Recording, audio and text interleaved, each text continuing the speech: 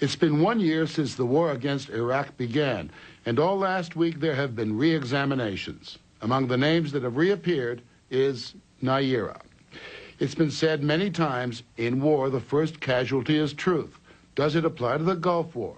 The fact of Saddam Hussein's aggression is beyond dispute. But what about the campaign to commit American troops to liberate Kuwait? To get Americans, perhaps any people, to support a war in a place millions barely heard of, certain buttons must be pressed. In the run-up to the Gulf War, one image, one presence touched American hearts and minds like no other. It was this 15-year-old Kuwaiti girl identified only as Nayyirah. Mr. Chairman and members of the committee, my name is Nayyirah, and I just came out of Kuwait. While I was there, I saw the Iraqi soldiers come into the hospital with guns. They took the babies out of the incubators, took the incubators and left the children to die on the cold floor. It was horrifying. Nayyirah was testifying before the Congressional Human Rights Caucus, but in fact, she was testifying before the American people, and her story mesmerized the nation and the world. Dead babies, brutal, pillaging Iraqi monsters. It was powerful stuff, according to Congressman John Porter of Illinois, co-chairman of the caucus. I got feedback from the president. I happened to be over at the White House the afternoon, later in the evening, after the afternoon of the hearings, and the president said that he had seen it on CNN and that he was shocked at some of the things that he had heard. And they were thrown out of the incubators. President Bush repeated the incubator story at least 10 times in the following weeks. Babies pulled from incubators and scattered like firewood across the floor. There was plenty of evidence of Iraqi brutality, but the incubator story became almost a rallying cry. It had presidential confirmation and the confirmation of Amnesty International, which published a report after Nayyirah testified, quoting her and claiming 312 babies were killed when Iraqi troops pulled them from their incubators. Then, a rather embarrassed Amnesty retracted its report. In London, spokesman Sean Stiles said, as hard as they tried, they could not confirm it. We spoke to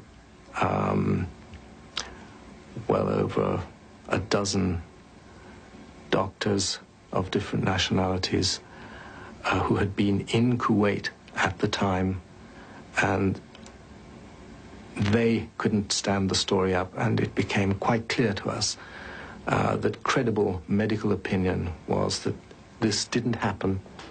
And it wasn't just Amnesty International. The story did not hold up under repeated scrutiny by reporters and human rights investigators, including Andrew Whitley, executive director of the human rights group Middle East Watch. You went to investigate. Yes, we did. You went to Saudi, and then after liberation of Kuwait, you went to Kuwait. Correct. What did you find? We went straight to the hospitals. We were particularly concerned with going to the maternity hospital at the Al Sabah complex. This is the largest hospital in the country, and it's a hospital that has perhaps a half to two-thirds of all the incubators in the country. Did Iraqi soldiers remove babies from incubators in order to steal the incubators? No, they did not. Not at all. And what about the El Adan hospital that Nayyirah talked about, where she said she saw babies removed from incubators? The Adan hospital, my colleague, who is a native Arabic speaker, went along there and interviewed the doctors, and he was able to speak to people who said that they had been on duty at that time and that this incident didn't happen. But you're not trying to paint the Iraqis as being saintly soldiers. There were atrocities. There were very many atrocities, and the atrocities were largely committed by the secret police units. That happened? Yes, for sure. But babies and incubators? Did not. If it didn't happen, where did the story come from? We can't answer that. We can tell you about Nayyirah.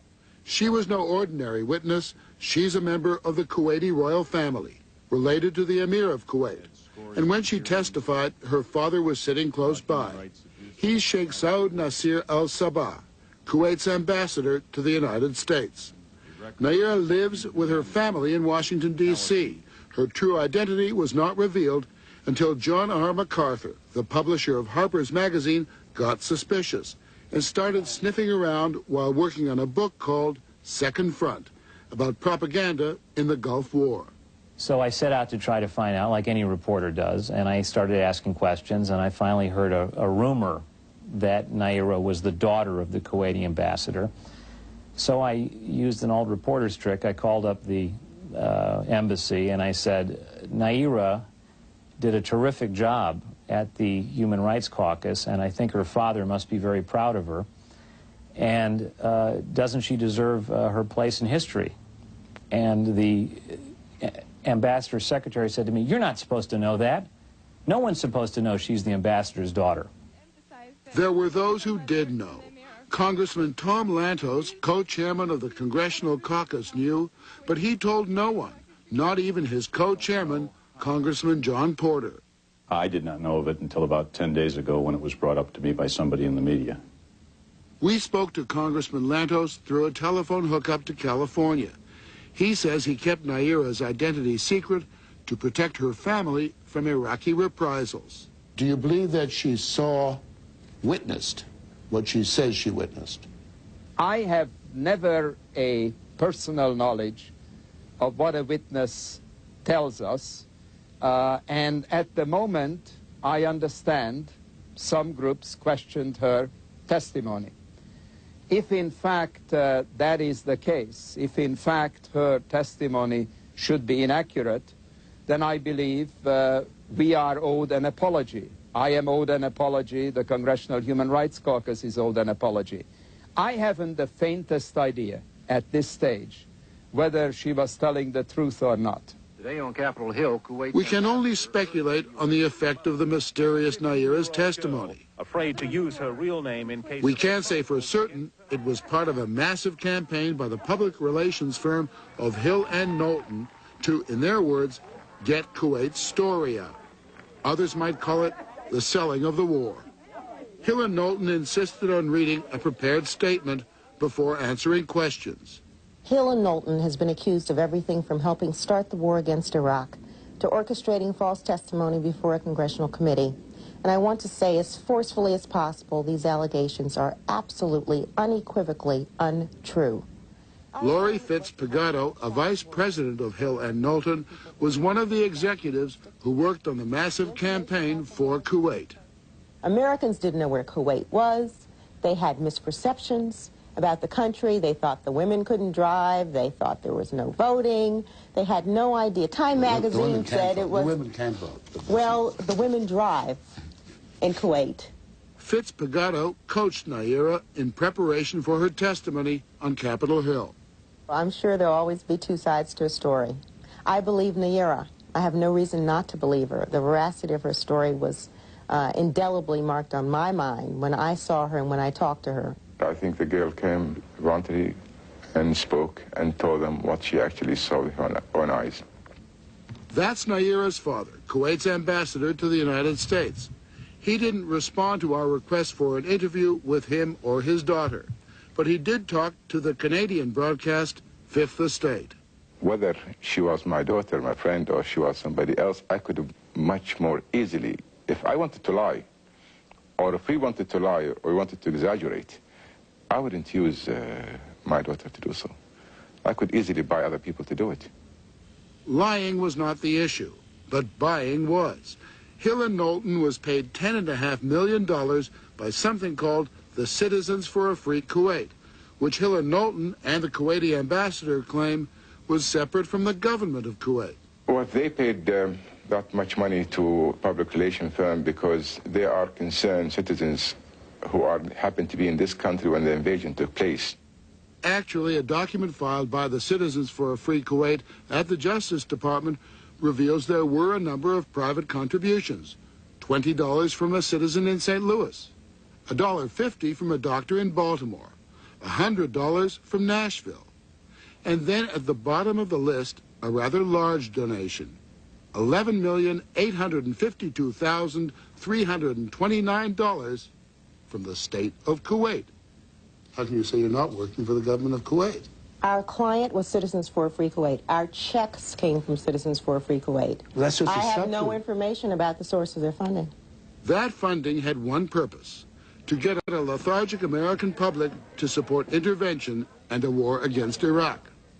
And so the efforts were, what is it that we can do to emotionally motivate people to support actions through the UN or otherwise to drive them out? Dee Alsop works for a company called the Worthland Group, which was hired by Hill and Knowlton to see how well the campaign was doing. He told the CBC that he selected response groups to measure the impact on Americans of the players in the Gulf crisis. He does the same thing for Pepsi-Cola.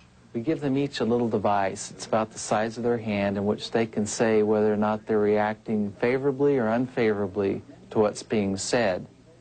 And across the screen is a line that goes up and down depending on whether Americans are agreeing with what the president's saying or disagreeing. And we use that to identify the messages that really resonate emotionally with the American people. So we would get like the Kuwaiti ambassador and things that he would say, and we would be able to go back to him the next day and say, out of your 30 things that you said in a half-hour speech, here are the 3 things that work really well, that really hit a responsive chord in the American public. Armed with those electronic cords, Hill and Knowlton went into, in quotes, the news business, feeding daily video handouts they called video news releases to networks and local stations, the most resonant of which was Naira. I could not help but think of my nephew, who, if born premature, might have died that day as well. Committee co-chairman Porter now feels her story had no particular effect.